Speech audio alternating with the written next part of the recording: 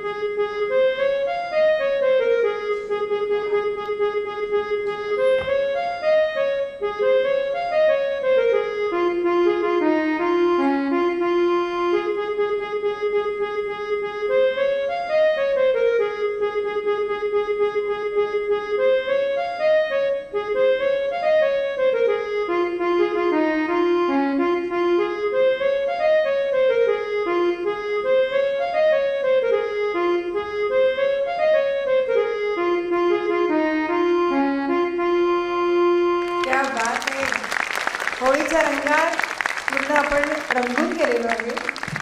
खूप सुंदर. आणि वाजवून म्हणायचं आणि म्हणून वाजवायचं खूप कठीण काम आहे. आणि हे अमेयने केलं. अमेय आणि सरांचं अभिनंदन. तुम्हाला सांगतो, आम्ही या कार्यक्रमाच्या गोंधळात होतो आणि आम्हाचं गोंधळानं बसवायचं असं ठरलं. तर डिस्कशनमध्ये मी त्यांना सांगितलं की तुम्ही स्टेजवर फक्त आम्हाला दोघांना सोडा, आम्ही हवं ते गाणं वाजवू. पण प्रत्येक गाण्याला एक रियाजाची गरज असते, प्रिपरेशनची गरज असते. हा परफॉर्मन्स आम्ही एका दिवसात बसवला आहे. आम्ही सांगितलेलं की तुला जर वाजवायचं असेल तर तुला हे गाणं 100 वेळा तरी वाजवावं लागेल. तर त्याने एका दिवसात मला वाटतं 100पेक्षा जास्तच वेळा वाजवलं असेल. आणि त्याला सवय. तुम्हाला मित्रांनो मी गंमत सांगतो की ही मुलं जेव्हा वाजवतात ना, बरेच लोक बोलतात मुलांमध्ये पेशन्स नसतात वगैरे. तुम्ही कधीतरी राजवंशमध्ये येऊन बघा. आम्ही जेव्हा रियाजाला बसतो तेव्हा 1.5-2 तास हे लोक कीबोर्डवर बसतात.